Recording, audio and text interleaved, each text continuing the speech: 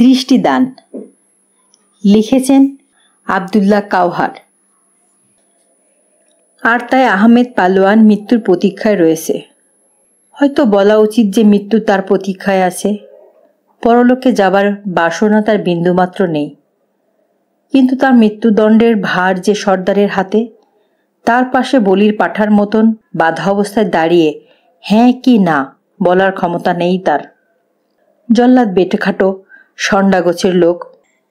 সে ঠেলা দিলে লতার মতো চিত হয়ে পড়ে গেল পালোয়ান, পিছনে আড়ামোড়া ভাবে বাঁধা হাত দুটোই শরীরের চাপ দিয়ে। জল্লাদের জবর একটা লাথি উঠে দাঁড়াতে হলো পালোয়ানকে। উঠবার সময় পালোয়ান কাঁধ বাঁকিয়ে দেখার চেষ্টা করলো কোনো জায়গা ভেঙে বা মস্কে গিয়েছে কিনা, কিন্তু হঠাৎ একটা তিক্ত দৈন্যতার সঙ্গে মনে পড়ল যে এখন ভাঙা বা মচকানোর কোনো মানে নেই তার কাছে। জল্লাদের আর একটা ধাক্কা, এবার এত জোরে নয়। পালোয়ান ছুটে বরঞ্চ কয়েক পা নেংসে পৌঁছালো মাটির মনস্টার একেবারে সামনে। মঞ্চের উপরে গদিতে শুয়ে আছে দলের সান্ডা, কানা কুরবাসী। পরনের ডোরাকাটা পোশাকটা একেবারে তেল চিটচিটে। কুরবাসীর ডান দিকে আসীন কুজো উলেম, তাদের ধর্মগুরু। বাঁ দিকে হলদে মুখ তালিব, ভারতীয় ডাক্তারটি। পিছনে গৃহকর্তা নিজের জন্য একটা জায়গা করে নিয়েছে। পুরো লোকটি ছটফটে প্রকৃতির, দেখতে বাদুরের মতো। এইমাত্র গোটা এক প্লেট পোলাও উদরস্থ করেছে কুরবাসী। গুটি ভরা গালে তেলের চকচকে ছিটে, চিরুনি না পড়া চাপদাড়িতে চালের সাদা সাদা দাগ। অন্য যে কোনো সময়ে তার বর্বর দৃষ্টিপাতে অত্যন্ত নির্ভীক লোকও ভয়ে ছিটকে যেত, কিন্তু এই মুহূর্তে চর্বচস্য ভুঁড়িভোজের ফলে তার পেটটা বেজায় ভারী। কেমন যেন অসাড় আর ইচ্ছাশক্তিবিহীন হয়ে পড়েছে সে। শরীরের ওজনের প্রতি পেশি অদম্য ঘুমের ঘোরে শিথিল হয়ে আসছে। চাপা ক্রোধের আগুন জ্বালাবার চেষ্টা করছে বৃথা। অতি কষ্টে যে চোখটা ভালো সেটা খুলল সে। সেই মুহূর্তে চোখে বলতে গেলে কিছুই দেখল না। বুক ভরে নিঃশ্বাস নিতে যত জোরে পারে হাঁকল কুরবাসী। বেটা জাহান্নামের কীট! দোষদের নাম শোনার জন্য আর কতক্ষণ সবুর করতে হবে আমাদের? আগের মতো চুপ করে রইল আহমেদ পালোয়ান। যা বলা হয়েছে তার বেশি কিছুই বলতে পারে না সে। ইসমাইল এফেন্দিকে সে হত্যা করেছে তাতে সন্দেহ নেই, কিন্তু কোঠার ছাড়া আর তো তার কোনো দোস্ত ছিল না। ইসমাইলকে নিজের প্রধান সর্দার ভাবত কুরবাসী। সত্যি শকুনটার ডান পাখার সামিল ছিল এফেন্দি। একবার যখন লাল তারা মার্কায় একটি ঘোড়সওয়ারের গুলি লাগে ইসমাইল এফেন্দির বুকে আলকার মাজারের কাছে, তখন ঘোর যুদ্ধের মধ্য থেকে তাকে ছিনিয়ে নিয়ে এই কুরবাসী নিজের ঘোড়ায় চাপিয়ে ঝড়ের মতো নিয়ে গিয়েছিল পাহাড়ে। এত জোরে ওরা পিছু তাড়া না করলে বিশ্বস্ত সরকারের ক্ষতস্থান বেঁধে দিত কুরবাসী। কিন্তু উঁচু তীক্ষ্ণ হেলমেটে তারা আঁকা ঘোড়সাওয়াররা পলাতকদের এত নাছোড়বান্দা ভাবে অনুসরণ করে যে কোনো খানে মুহূর্তের জন্য থামবার জোগাড় হয়নি। নিজের দলের ঘোড়সাওয়ারের অর্ধেককে হারিয়ে কুরবাসী এখন আহমেদ পালোয়ানের বাড়িতে গ্রামে পৌঁছল তখন অনেক রাত্রি। এফেন্দির প্রচুর রক্তপাত হচ্ছিল। সে বলল তাকে আর নিয়ে যাবার দরকার নেই, কোনো বিশ্বস্ত লোকের বাড়িতে তাকে রেখে যাওয়া হোক। যে গ্রামে কুরবাসী এর অত্যন্ত বিশ্বস্ত 2-3 জন সাঙ্গপাঙ্গ ছিল, কিন্তু তাদের কারো বাড়িতে এফেন্দিকে রাখা যায় না। এরা সবাই বেদে। আর কুরবাসীর খুব ভালো করে জানা ছিল যে সে সময় সতর্কতার খাতিরে লাল তারা সৈনিকেরা ধনী ও গণ্যমান্য বেদের বিরুদ্ধে শত্রুভাবাপন্ন। কুরবাসীর সুবিবেচনায় এফেন্দির সবচেয়ে নির্ভরযোগ্য আশ্রয়স্থল হল কোনো গরিবের কুঠি। তাই পালোয়ানের দিন কুড়ে ঘরে মুমূর্ষু লোকটিকে রেখে যাবার সিদ্ধান্ত নেয় সে। কুরবাসী ও তার ঘোড়সাওয়াররা চলে গেল আরও নিরাপদ স্থানে। রাত্রির ঘুটঘুটে অন্ধকারে ঘোড়ার খুরের শব্দ মিলিয়ে যাবার আগেই নিজের কথা রাখলেন পালোয়ান। এফেন্দির আরোগ্য লাভ বা মৃত্যুর জন্য সবুর করেন আহমেদ পালোয়ান। পাছে কুরবাসী ফিরে এসে বন্ধুকে নিয়ে যায় এই ভয়ে সে আহতকে ভারী কুঠারের এক ঘায়ে চির শান্তি যোগায়। গভীর একটা গর্তে এফেন্দিকে চাপা দেওয়ার 37 দিন পর কুরবাসী আহমেদকে ধরে বেঁধে বস্তায় করে তুলে নিয়ে আসে ঘোড়ার সাথে। গায়ের এক বেদে তাকে পালোয়ানের কর্মের কথা জানিয়েছিল। ঘোড়ার পিঠে 2-3 দিন এভাবে যেতে যেতে তার শরীর নড়বড়ে। এফেন্দির মৃত্যুর ঠিক 40 দিন পর তাকে যেতে হলো ডাকাতদের সর্দার কুরবাসীর বিশ্বস্ত অনুচরের রক্তের দাম দিতে। এখন সে শত্রুর মুখোমুখি দাঁড়িয়ে তার আজ্ঞার প্রতীক্ষায় রয়েছে, কিন্তু কোনো কথা বলল না কুরবাসী। প্রতিশোধের ক্রোধ পুরোপুরি জাগাবার যে চেষ্টা তাকে করতে হয়, তাতে তার সর্বশক্তি নিঃশেষ। ঘুম তাকে আচ্ছন্ন করল, মাথাটা ঝুলে পড়ল বুকে। তার নাসিকা গর্জন কানে গেল কুজো উলেমের। হলদে মুখ তাবিবের আর বাদর মার্কা খুদে বুড়োটার। মঞ্চে বসে আছে উলেম। তাবিব এবং ছটফটে বুড়োটার শঙ্কায় এ ওর দিকে তাকাচ্ছে। ঘোড়া থেকে নামা প্রতীক্ষায় তিক্ত বিরক্ত লোকগুলি আর জল্লাদের দিকে না তাকাবার চেষ্টা করল তাদের। অবশেষে সাহস করে কুরবাসীকে একটা ধাক্কা দিল উলেম। থরথর করে কেঁপে উঠল। মাথা পিছনে হেলিয়ে আকাশের দিকে তাকিয়ে কুরবাসী মনে পড়ে গেল সেই সূর্যাস্তের সময় পাশের একটা গায়ে হামলায় নিয়ে যেতে হবে ঘোড়সওয়ারদের। সেখানে বিরোধী চাষিদের সঙ্গে একটা হিসেব নিকেশ অনেকদিন ধরে করা হয়নি। সূর্য তখনই নিম্নগামী, অস্ত যাবে 2-1 ঘন্টা পর। অতএব কুরবাসী ঠিক করল যে বদমাইশটাকে সাবার করাই সঠিক কাজ। তার ভালো চোখটা নেকড়ে চোখের মতো জ্বলে ওঠে, নিবদ্ধ হলো পালোয়ানের উপর। ভয়াল সে চোখের দিকে অবিচলিতভাবে তাকালো পালোয়ান। নিজের ক্লান্ত শরীর অথচ দৃঢ় চোখ নামালো না। খুব জোরে শরীরটা সামনে টেনে কুরবাসী গলা ফাটিয়ে চেঁচালো, নোংরা কাফের কোথাকার! তোর কি মনে হচ্ছে পেছনে জল্লাদ দাঁড়িয়ে নেই? দাঁড়িয়ে আছে, একটা না 2টো জিন্দেগি।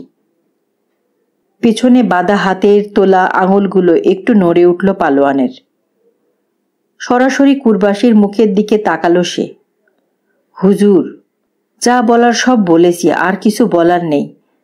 এফেন্দি গরিবদের জান নিত, আমি তার জান নিয়েছি, আর এখন আপনি আমার জান নেবেন? কিন্তু মারা যাবার আগে আমি এমন একটা জিনিস করতে চাই যেটাতে আল্লাহ খুশি হবেন, যেটা করলে আল্লাহ বরকত দেবেন। চেঁচিয়ে উঠল কুরবাসী। আল্লাহর নাম মুখে আনিস না বলছি। হেসে পালোয়ান বলল, আল্লাহকে অমর্যাদা করার কথা স্বপ্নেও ভাবিনি। না হুজুর, আমার শেষ মুহূর্তের জন্য সব জিনিসের কথা ভাবছি। আপনার কাছে একটা ভিক্ষে চাই হুজুর, আমাকে একটা কাজ করতে দিন, সেটাতে আল্লাহ খুশি হবে, আপনারও উপকার হবে হুজুর। বিজ্ঞ লোক আপনি। কুরবাসী হিংস্রভাবে গর্জে উঠল, তাই আমার কি উপকার করতে হবে? কি উপকার করতে পারিস তুই? হুজুর, পালোয়ান বলল, আপনি সিংহের মতন জোরদার, আমি মৌমাছির মতো দুর্বল। কিন্তু জানেন তো মৌমাছির কথায় কান না দেওয়া সিংহের প্রায় সর্বনাশ হতে চলেছিল। আমাকে অবজ্ঞা করবেন না হুজুর, আপনাকে একটা রহস্য আমি জানাবো। রাগ না হাসির দমকে কুরবাসীর মুখ বিকৃত হয়ে উঠল, কিন্তু সেটা চাপা দিয়ে একটা হাই তুলল সে। আলাপ চালানো তার কোনো ইচ্ছা নেই, তবু অনিচ্ছা ও ক্রোধ কণ্ঠে সে বলে উঠল, তোকে আমি হাড়ে হাড়ি চিনি, কুত্তা কোথাকার। এখন আমাকে দেখছেন এক চোখে, কিন্তু 2 চোখে দেখতে পারবেন।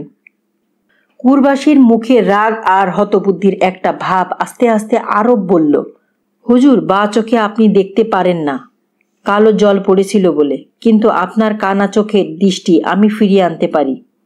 অন্ধ লোককে আরোগ্য করার গোপন বিদ্যে আমার জানা।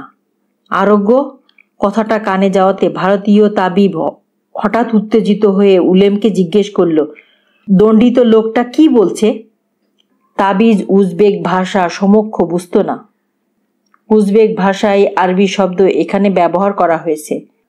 যা বলা হয়েছে তার মর্ম উলেম ব্যাখ্যা করাতে উদাসীন্য ঝেড়ে ফেলে তাবিব অত্যন্ত মনোযোগ সহকারে তাকালো পালোয়ানের দিকে। মিথ্যা কথা বলেছে নির্ঘাত, সে ভাবল, কিন্তু সঙ্গে সঙ্গে নিজের সন্দেহকে সন্দেহ করে কঠোরভাবে নিজেকে প্রশ্ন করল, লোকটার এই বড় মিথ্যে যদি সত্যের দানা থাকে একটা, তাহলে? কুরবাসী হঠাৎ ফিরল তাবিবের দিকে, বলল, তাবিব, এ লোকটার গোপন বিদ্যা তোমাকে উপহার দিচ্ছি। রোগ সারাবার গুণ তোমার তো বিশেষ জানা নেই। হপ্তায় 3 বার তুমি এমনভাবে কাঁপো যেন শয়তান পাপীকে ঝাটকা দিচ্ছে। নিজের শরীরের রোগ তুমি সারাতে পারো না, অন্ধ লোককে সারাবার গোপন বিদ্যা এর কাছে থেকে জেনে নাও, তাহলে তোমার গুণ বাড়বে। উৎকণ্ঠে হেসে ওঠে কুরবাসী। তাকিয়া হেলান দিয়ে শুলো। বাড়ির খুদে ফটফটে কর্তা তাকিয়াগুলো তখনই এখানে বসিয়েছিল। ভাগ্যিস তাকিয়া ছিল, নইলে হয়তো হেসে ফেটে পড়তো কুরবাসী। এত জোরে উঠা পড়া করছিল তার বাজখাই ভুঁড়ি। কুরবাসীর হঠাৎ ফুর্তির ছোঁয়াচ লাগলো অন্যদের, এমনকি কঠোর মুখ উলেম পর্যন্ত একটি স্মিত হাসি চাপতে পারল না। আর বাদুর মার্কা খুদে বুড়োটা একবার জোরে হেসে উঠল। এই অশোভন ফুর্তিতে যোগ দিল না শুধু তাবিব, অবশেষে ধাতস্থ হলো কুরবাসী। লোকটার নানা গল্প শুনতে আর পারি না। দম ফিরে আসার পর বলল সে, তাবিব তুমি কথা বলো ওর সঙ্গে। তাকিয়ায় আরাম করে বসে রুমাল দিয়ে ঘরমান্ত মুখ মুছে কুরবাসী বিদ্বেষের একটা হাসি হেসে উঠল আবারও। এও তো হয় যে ইঁদুর ধরে বেড়াল, তখনই সেটাকে সাবার না করে একটু খেলা করে প্রথমে। আমরাও কিছুটা খেলতে পারি, তাই না তাবিব? মাথা নাড়িয়ে সম্মতি জানিয়ে তাবিব ফিরল পালোয়ানের দিকে। কঠোর সুরে জিজ্ঞেস করল তাকে, কখনো অন্ধলোকের দৃষ্টি ফেরাতে পেরেছ তুমি? না, সহজভাবে জবাব দিল পালোয়ান। নিজে কখনো কাউকে সারায়নি, কিন্তু একবার আমার বুড়ো গুরু একজন অন্ধকে দৃষ্টি ফিরিয়ে দিয়েছিল। অন্ধ লোকটি দৃষ্টি পেল, আর বুড়ো লোকটি নিজে অন্ধ হয়ে গিয়েছিল, মারা গেল। মারা গেলেন কিসে? নিজের দৃষ্টিশক্তি অন্ধ লোকটিকে দিয়েছিলেন বলে। অসার আঙুলগুলোকে আবার বাঁকিয়ে শান্ত কণ্ঠে যোগ করল আহমেদ পালোয়ান। হুজুরের কানা চোখে নিজের দৃষ্টিশক্তি দিয়ে আমিও অন্ধ হয়ে যাব। এমন উত্তরে বিন্দুমাত্র বিস্মিত হয়নি, এমন ভান করে তাবিব আরও কঠোর সুরে প্রশ্ন করল, তোমার গুরুর কি নাম ছিল? পালোয়ান বলল, যখন সবাই দেখবে সে সত্যি সত্যি একজনকে আরোগ্য করতে পেরেছে, শুধু তখনই গুরুর নাম বলবে। তাবিব আর একবার মাথা নাড়িয়ে চিন্তামগ্ন হলো। তার মাথায় জ্ঞানের চেয়ে কুসংস্কারের বোঝা ছিল বেশি, যদিও চিকিৎসাবিদ্যা কিছুটা তার জানা ছিল। তার মনে হলো পালোয়ানটার কথা অসম্ভব, এমনকি অস্বাভাবিক। কিন্তু অনেকদিন আগে শোনা গুরুদের উপদেশও মনে পড়ল। গুরুরা সর্বদা বলতেন যে প্রকৃতিতে সম্ভব ও অসম্ভবের মধ্যে একটা ভেদরেখা টানা চলে না। তাবিব নিজের ম্যালেরিয়া সারাতে পারে না বটে, কিন্তু তা নিয়ে ইয়ার্কি করতে পারে শুধু কুরবাসীর মতো মস্তিষ্কবিহীন লোক। মহা হাকিমেরা পর্যন্ত রোগ ব্যাধির কাছে মাথা নত করে, কিন্তু যে জিনিস সিদ্ধ লোকের কাছে অজানা, সেটা যেমন তেমন লোক জানতে পারে কি? চকিত দৃষ্টিতে পালোয়ানের দিকে একবার তাকিয়ে হঠাৎ মন ঠিক করে ফেলল তাবিব, যা হবার হোক, এর সুযোগ ছাড়বে না সে। তার অপরিচিত ভাষায় থেমে থেমে সে পালোয়ানকে জিজ্ঞেস করল, কুরবাসীকে সারাবার জন্য কি কি ওষুধ বা গাছগাছরা তার দরকার? পালোয়ান জানালো তার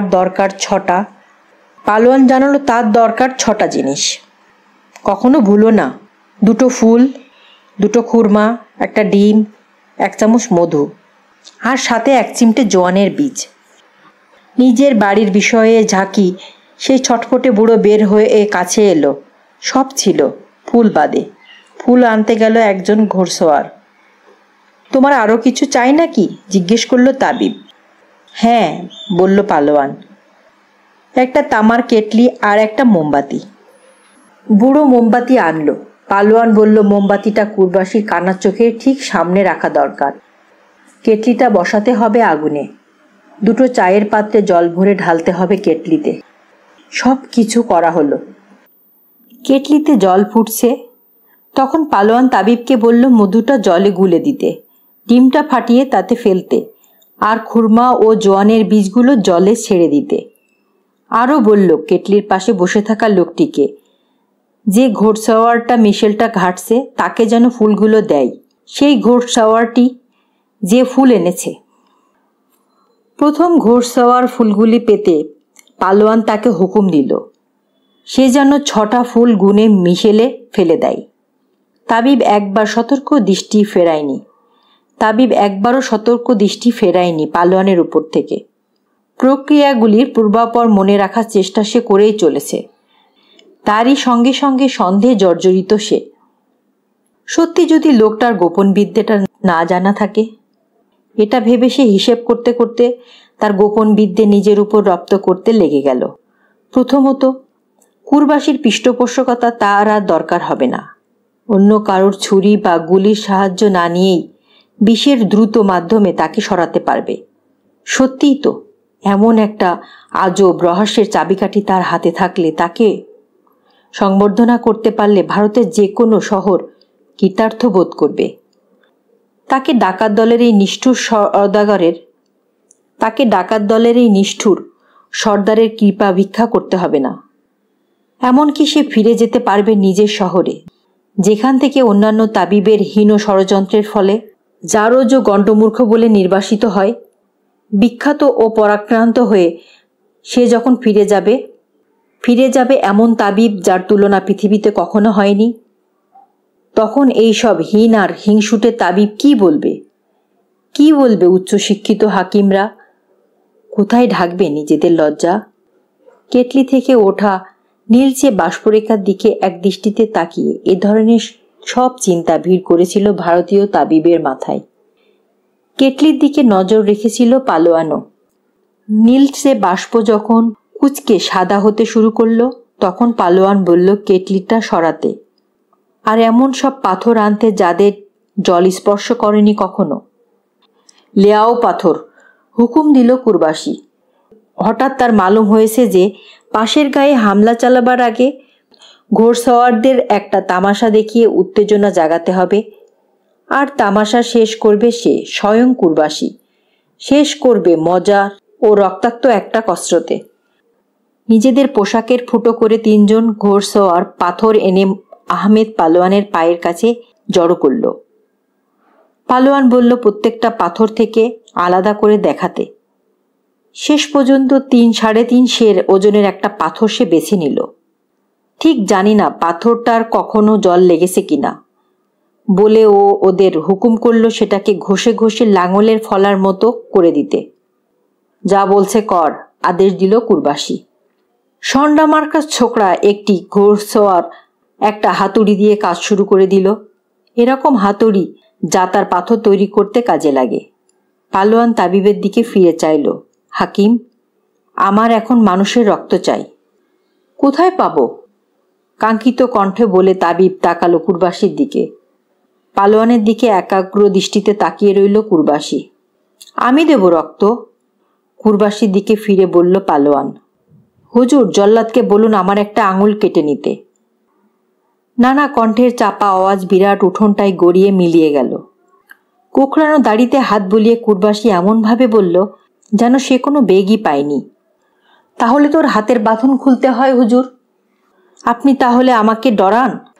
বলে কুরবাসীর মুখের দিকে উদ্যতভাবে তাকালো পালোয়ান। দাড়ি শক্ত করে চেপে টান দিল কুরবাসী। গাল টকটকে লাল হয়ে উঠল, তাতে গুটিগুলো আরো ফুটে উঠল। শুয়োরটার বাঁধন খুলে দে, চেঁচিয়ে উঠল কুরবাসী। শুয়োরটার বাঁধন খুলে দে বলছি, আবারও বলল। দুজনে খোলা তলোয়ার নিয়ে খাড়া হয়ে দাঁড়ালো দুপাশে। আর জল্লাদ, তুই ওর তলোয়ার খুলে ওর উপর কড়া নজর রাখবি। খোলা তলোয়ার হাতে 3 জন ঘিরে দাঁড়ালো পালোয়ানকে। ছুরি দিয়ে কাটাতে বাঁধনের দড়িটা মাটিতে পড়ে গেল। মাথার উপরে হাত তুলে নাড়ালো পালোয়ান। 1 খণ্ড কাঠ আর একটি বিরাট বাটি নিয়ে এলো। হাতের কবজায় কড়া ঘষতে ঘষতে হুকুম দিল পালোয়ান। কাঠ আর বাটি এলো। কোথায় সেগুলো রাখতে হবে ইশারায় জানালো পালোয়ান। তুমি তৈয়ার হও জল্লাদ, শান্ত কণ্ঠে সে বলল। যখন চেঁচিয়ে বলবো কাটো, ঠিক তখনই কাটবে কিন্তু। বিড়বিড় করে জল্লাদ কি বলল শোনা গেল না। তাবিবকে ডেকে পালোয়ান বলল, হাকিম, এখানে দাঁড়িয়ে বাটিটা ধরুন। মঞ্চ থেকে নেমে এলো তাবিব। বাটিটা নিয়ে তাকে যেখানে দাঁড়াতে বলা হয়েছে সে সেখানে দাঁড়ালো। হাঁটু গেড়ে বসল পালোয়ান। বাঁ হাতের 4টা আঙুল চেটোই মুড়ে করে আঙুলটা রাখলো কাঠের উপরে। ছটফটে বুড়োর বাড়ি আর উঠানে এত গম্ভীর স্তব্ধতা তখন যে একটি উড়ন্ত প্রজাপতির ডানার ফতফত শব্দ কানে স্পষ্ট হতে লাগলো। হঠাৎ মাথা ঘুরে উঠল, সাদা হয়ে গেল তার মুখ, দাঁত, দুহাতে মুখ ঢাকল সে। খুব সম্ভবত কাটো এরকম একটি চিৎকার বা আওয়াজের ধ্বনি তার কানে গেল। যখন সে চোখ খুলল তখন পালোয়ান একেবারে খাড়া হয়ে দাঁড়িয়েছে। তাবিব রক্তপাত রোখার জন্য ক্ষতস্থানে কি যেন গুঁড়ো করে দিচ্ছে। পালোয়ানের মুখে ঘামের চকচকে বড় বড় বিন্দু। সে নিঃশ্বাস ফেলছে হাঁপিয়ে সশব্দে। উলেম আর চোখে তাকিয়ে নিল। যে বাটিটা এতক্ষণ শূন্য ছিল তা যেন কিসে ভরে গেছে তাড়াতাড়ি। সে সঙ্গে সঙ্গে মুখ গুটিয়ে নিল।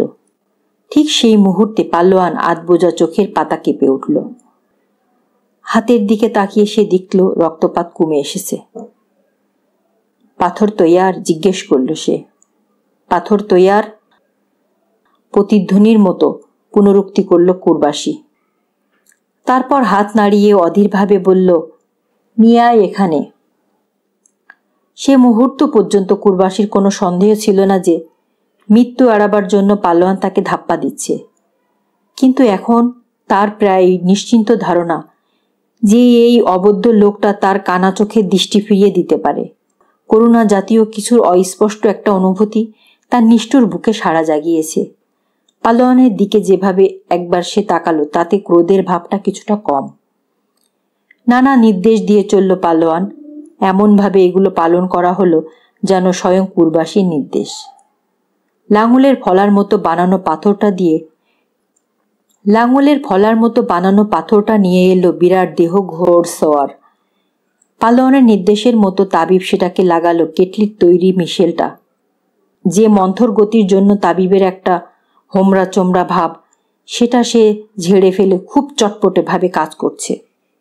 তার আর কোনো সন্দেহ নেই পালোয়ানের সম্বন্ধে। তার বিশ্বাস মহান রহস্যের চাবিকাঠি চলে আসবে তার হাতে, সেই তাবিবের হাতে যে কুরবাসীর ডাকাত বলে বিপজ্জনক আর কঠিন কাজে হয়রান হয়ে গিয়েছে।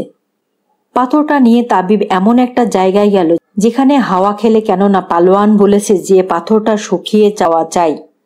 ঠিক সে সময়ে তার মনে পড়ল পালোয়ান বলেছে যে অন্ধকে দৃষ্টিদানের শক্তি যার, সে নিজে অন্ধ হয়ে যাবে অন্যকে দৃষ্টি ফিরিয়ে দিতে হলে। এটা মনে পড়াতে তাবিবের এত ভয় পেয়ে গেল যে হোঁচট খেয়ে আর একটু হলে পাথরটা ফেলে দিত। কিন্তু আর একটা কথা তার মনে হলো, আমি শুধু বড়লোকদের সারাবো, আর এত টাকা হবে যে কোনো ভিখিরি আমার জায়গায় অন্ধ হতে রাজি হবে। এটা ভেবে সে তাজা হয়ে উত্তেজিত হয়ে উঠল। হাওয়া খেলে এমন একটা জায়গায় পাথরটা রেখে জিজ্ঞাসু দৃষ্টিতে তাকালো পালোয়ানের দিকে। তারপর সবকিছু আমিই করব, বলল আহমেদ পালোয়ান। গুরুতর একটা কাজ করেছে এমনভাবে মঞ্চে উঠল তাবিব। তার দিকে তাকিয়ে রইল পালোয়ান। কাটা হাতের রক্তপাত তখন বন্ধ হয়েছে। হাতটা কাঁধ বরাবর নামিয়ে কুরবাসীর দিকে ফিরে সভ্রমে বলল, যদি হুজুর অনুমতি দেন তাহলে পাথরটা শুকানো পর্যন্ত একটু জিরিয়ে নিই। বস বস, তাড়াতাড়ি করে বলল কুরবাসী। আশেপাশের লোকে তার কণ্ঠস্বরে হয়তো সহৃদয়তার ছাপ পেতে শুরু করেছে, কিন্তু সে ভাঙা খেকি গলায় নরম সুর আসার উপায় ছিল না। তিনজন রক্ষীর মাঝখানে উবু হয়ে বসল পালোয়ান। শান্তভাবে মাথা নোয়ালো। হাঁটুর উপরে আঙুল কাটা হাতটা না থাকলে মনে হতো একটা চাষা অল্প জিরিয়ে নেবার জন্য বসেছে, আবার খেতে বা বাগানে এই এখনই কাজ শুরু করবে। মৃত্যু তার অনিবার্য, সেই লোকটির অদ্ভুত শান্তভাব দেখে কুরবাসী অবাক, এমনকি শঙ্কিত বোধ করল। এতদিন পর্যন্ত কুরবাসীর ধারণা ছিল মানুষের মনে সমস্ত অলিগলি তার নখদর্পণে। যুদ্ধে সৈনিক, খেতে চাষি, সে খুন করেছে অগণিত, রক্তপাত করেছে, কারাভান পথের বালিতে, গ্রামের পদ ও দলিত রাস্তায় স্ত্রী পুরুষের জীবন নিয়েছে। অনেক সময়ে ভেবে দেখেনি পর্যন্ত তারা দোষী কিনা। এভাবে হাজার হাজার লোকের জান নিয়েছে কুরবাসী। আজকের এই পৌরষ আশিটির মতো কত শত বন্দী দাঁড়িয়েছে তার সামনে, কারণ মৃত্যুর আগে তাকে পাপ ও গালিগালাজ দেবার সাহস দেখিয়েছে কয়েকজন মাত্র। আর কোনো কারণে না হোক, আহমেদ পালোয়ানের দুর্বোধ্য এই যে সে শান্ত, করুণা ভিক্ষা চায়নি একবারের জন্য, বুদ্ধিসঙ্গত, সে খাতির দেখিয়েছে, আমার জন্য চিন্তা করেছে শেষ পর্যন্ত। কি ধীর স্থিরভাবে বিশ্রামটা উপভোগ করছে দুর্বোধ্য মানুষটা, তা দেখে যন্ত্রণা দেবার যত উপায় কুরবাসীর জানা সব কটা সে ভেবে দেখল একবার। কিন্তু এমন একটার কথা মনে হলো না যেটা পালোয়ানের অস্বাভাবিক প্রশান্তির ব্যাঘাত ঘটাতে পারে। শয়তানটার অনুভূতি বলে কিছু নেই। লোকটা আবার ঘোড়সওয়ার দলে যোগ দিলে একাই 100 হতো, ভাবল কুরবাসী। আর রাগ ও তারিফের একটা ভাবে তার বুকটা ভরে উঠল, কেননা সে জানতো যে পাথরটাকে ভাঙা চলে কিন্তু বাঁকানো যায় না। দাড়িতে হাত বোলাতে বোলাতে ভারী চিন্তার যাতা এভাবে চালালো কুরবাসী যতক্ষণ না উলেম তার কাঁধের দিকে ঝুঁকে ফিসফিসিয়ে বলল, সময় কেটে যাচ্ছে হুজুর। জীবন ও জাতিওয়ালার মতো কাজ ঝাড়া দিয়ে কুরবাসীর হুকুম হাঁক ডাক শোনা গেল। যেই কাজ শুরু করলে না অমনি শুরু হয়ে গেল। আজ্ঞে হুজুর, মাথা তুলে শান্তভাবে বলল পালোয়ান। পাথরটা বোধহয় শুকিয়েছে, এখানে আসুন।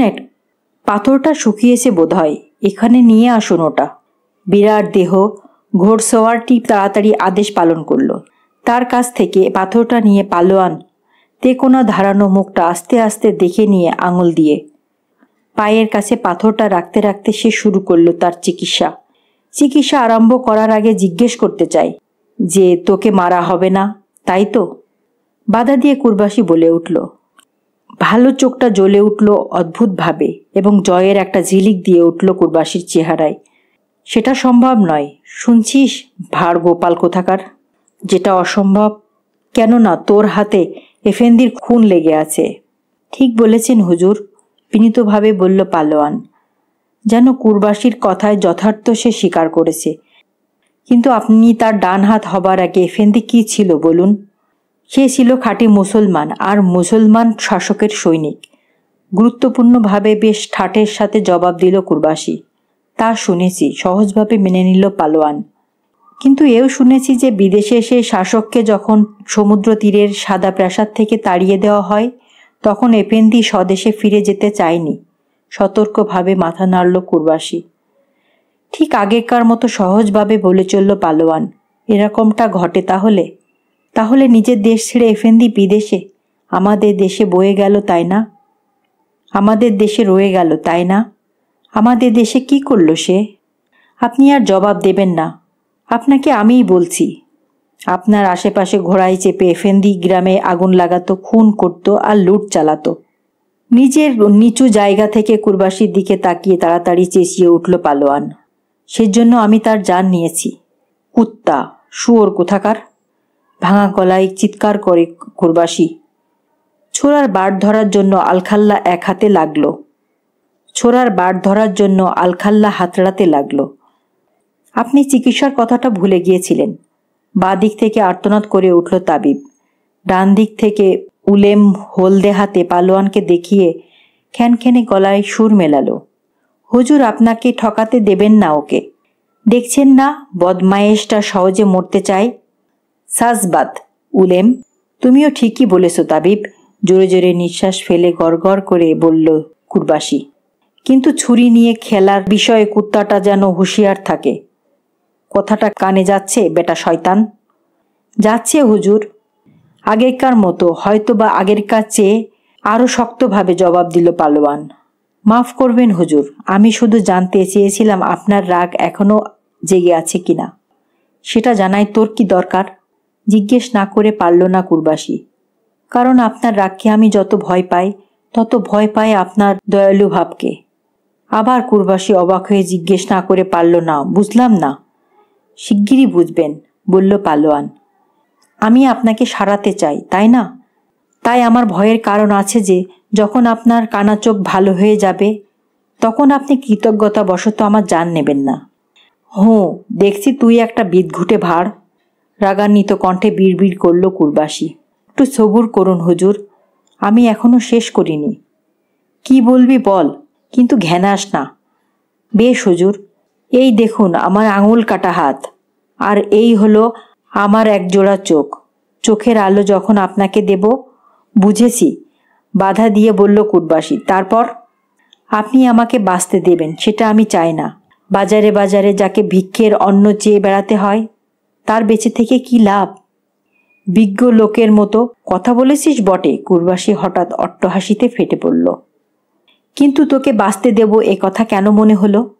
এতক্ষণ পালোয়ান উবু হয়ে বসেছিল, এবার দাঁড়িয়ে উঠে কুরবাসীর হাসি মুখে তাকালো। আমার সন্দেহ আছে হুজুর, বলল সে। না না, তোর সন্দেহের কোনো কারণ নেই, বিদ্বেষপূর্ণ ভরসার সুরে বলল কুরবাসী। তুই জানিস যে চিকিৎসা শেষ হবার সঙ্গে সঙ্গে তোর জান নেওয়া হবে, সেই জন্যই তো চিকিৎসাটা তাড়াতাড়ি করছিস, তাই না ভাড়? তা নয় হুজুর, চিকিৎসা শুরু করতে আমি তৈয়ার, কিন্তু তার আগে আমার নিশ্চিত জানা দরকার। কি জানা দরকার তোর? যে আপনি আমাকে খুন করবেন কিনা। তোকে তো বলছি। শুনেছি হুজুর। তাহলে তুই কি চাস? আপনার লোকদের দু একটা কথা বলতে চাই। কেন? আপনাকে রাগাবার জন্য। আরে বেটা, আমি তো রেগেই আছি, তাই না? আপনাকে আরও রাগাতে চাই। তোর মতলবটা কি? আর আমার লোকদের যদি বোকা বোকা কথা তোকে বলতে না দিই? হেসে অন্য একটা প্রশ্নসূত্রে জবাব দিল পালোয়ান। আমার বোকা বোকা কথা কি আপনি ভয় পান? লাল হয়ে ওঠে রক্ষীদের দিকে মাথা নাড়িয়ে চাপা গলায় এমনভাবে কুরবাসী বলল যেন নিজেকে জিজ্ঞেস করছে। আর যদি বলি একটা বোকার মাথায় তলোয়ারগুলো সানিয়ে নে, তাহলে? আর যদি একটা কানা চোখ চিরকাল কানা থাকে, তাহলে? জিজ্ঞেস করল পালোয়ান। তাকিয়ায় লাফিয়ে উঠে কুরবাসী তার গর্জনে ভরিয়ে দিল সমস্ত উঠোন। বেশ শয়তান, বেশ, যত তাড়াতাড়ি পারিস তোর নোংরা কথা সেরে নে। বেশ হুজুর। তাড়াতাড়ি কণ্ঠস্বরের বেয়াড়া ভাব বিনীত করে কুরবাসীর সামনে দাঁড়িয়ে চোখ নামালো পালোয়ান। আমার সঙ্গে কথা বলতে হবে না। আমার সঙ্গে না, গর্জে উঠে কুরবাসী হাত নামিয়ে অন্য লোকদের দেখালো। তারা আগ্রহের ব্যাপার দেখাচ্ছিল। মাটিতে ঘেঁষাঘেঁষি করে বসা লোকগুলির দিকে ফিরল পালোয়ান। অস্ত সূর্যের আলোয় উজ্জ্বল তার মুখ ওরা দেখল। পরিষ্কার জোরালো গলায় পালোয়ান বলল, ভাই সব, তোমরা আমাকে দেখে দেখে ভাবছ বোকা লোকটা নিজের সবচেয়ে বড় শত্রুর জন্য, হুজুরের জন্য হাতের একটা আঙুল দিয়েছে, আর তার দৃষ্টি ফিরিয়ে দেবে এখন। তাতে তারা অবাক হলো না। আমি তো শুধু একটা আঙুল আর একটা দৃষ্টিশক্তি দিচ্ছি, আর তোমরা নিজেদের দিয়ে দিয়েছ যাতে দুশ্মনটা তোমাদের টুকরো টুকরো করে ছিঁড়ে খেয়ে ফেলতে পারে। নিজের বাপভাবেকে যখন তোমরা মারো, নিজেদের গ্রামে আগুন জ্বালাও, তখনই নিজেদের তোমরা মারো। ভেবো না আমি ভয়ে পাগল হয়ে গিয়েছি। ওরা আমার হাড় মাংস আলাদা করুক, যাতা করে গুঁড়ো করে দিক, আমার কিচ্ছু যায় আসে না। যা ইচ্ছে করুক, আমি তৈয়ার, যদি আমার কথার সত্যতা তোমরা বোঝো। আর মিনিট 15-এর মধ্যে আমি মরব, কিন্তু মরার আগে জানতে চাই কার খাতিরে তোমরা পিঠে রাইফেল ঝুলিয়ে ঘোড়ায় চেপে চারিদিক ঘোরো, নিজেদের ভাইদের তোমাদের মতো গরিবদের ক্ষতিগ্রস্ত করো, ক্ষতবিক্ষত করো। বলো আমাকে, সৎ চাষির হাল ছেড়ে অসৎ রাইফেল ঘাড়ে নিয়েছ কার খাতিরে? চুপ রও, আর কথা নাই বদমায়েশ। ক্ষুব্ধ কুরবাসী তীক্ষ্ণ কণ্ঠে চিৎকার করে উঠল বজ্রের মতো। কিন্তু পালোয়ান তার দিকে তাকালো না পর্যন্ত।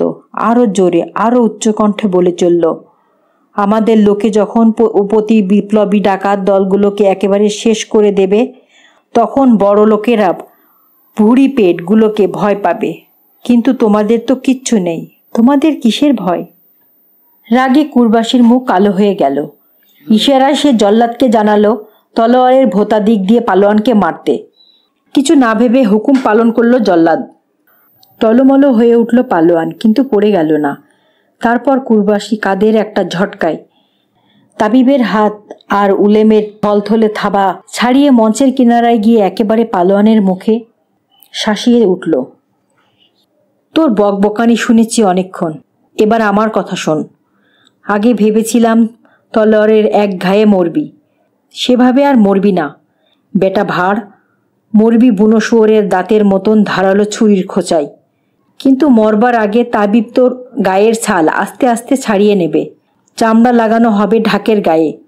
আমার হাতের ঢাকের বাদ দি তুই শুনবি, তারপর যে ছুরিটা দিয়ে জল্লাদ তোর গলা কাটবে সেটা দেখবি।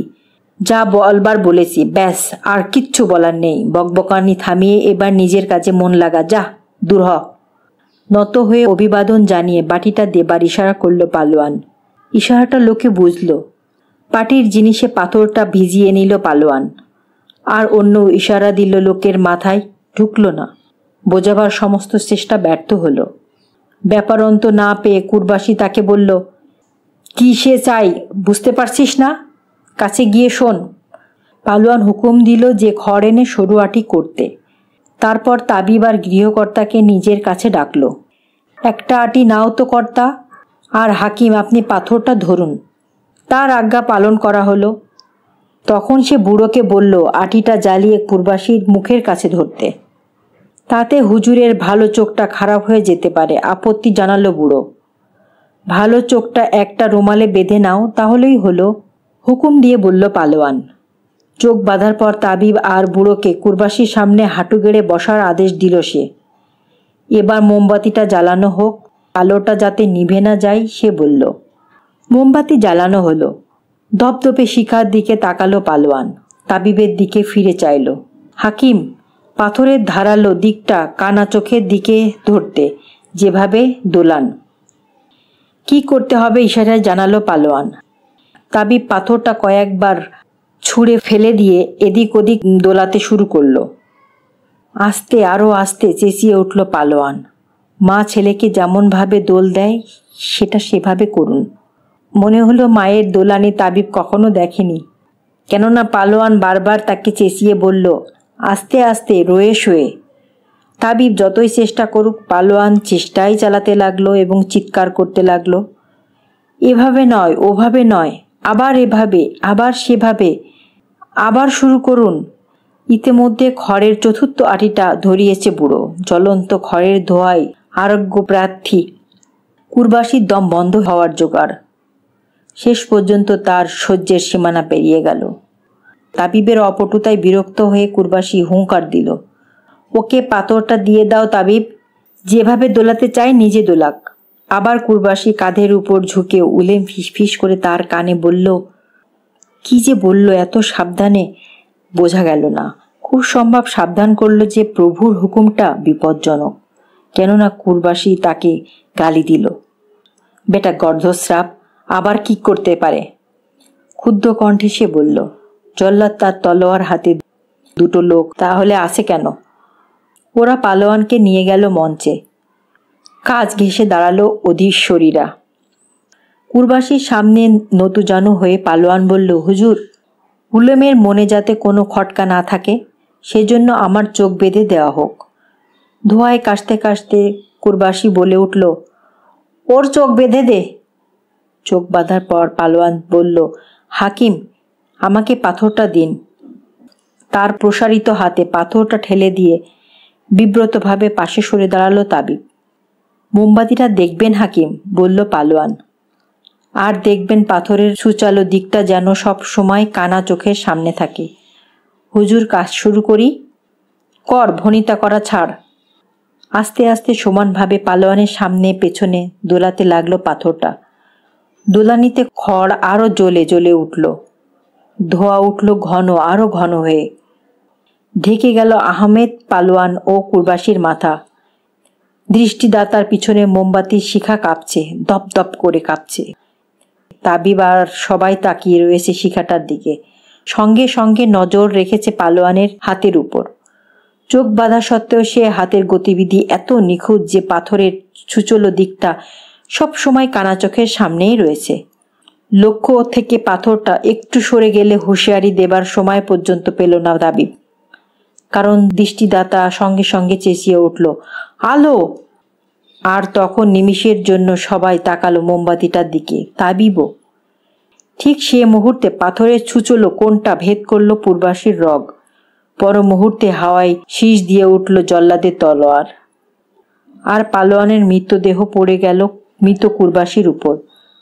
তলোয়ার মোজবার সময় পর্যন্ত পেল না জল্লাদ।